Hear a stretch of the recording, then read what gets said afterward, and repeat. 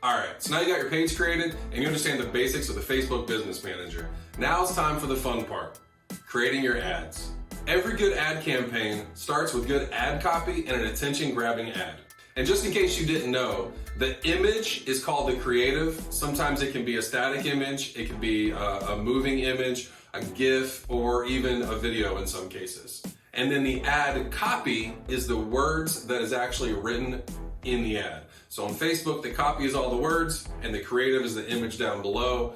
Image, still image, static image, video image, whatever you have it.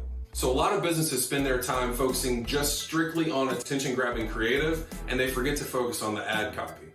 The funny part is that a lot of times we actually really don't know which ads are going to perform the best, so that's why we have to A/B test. And we'll be teaching you how to do that in this course. All right, so let's talk about what makes good ad copy. On Facebook, you actually only have the first 3 lines to be able to get their attention.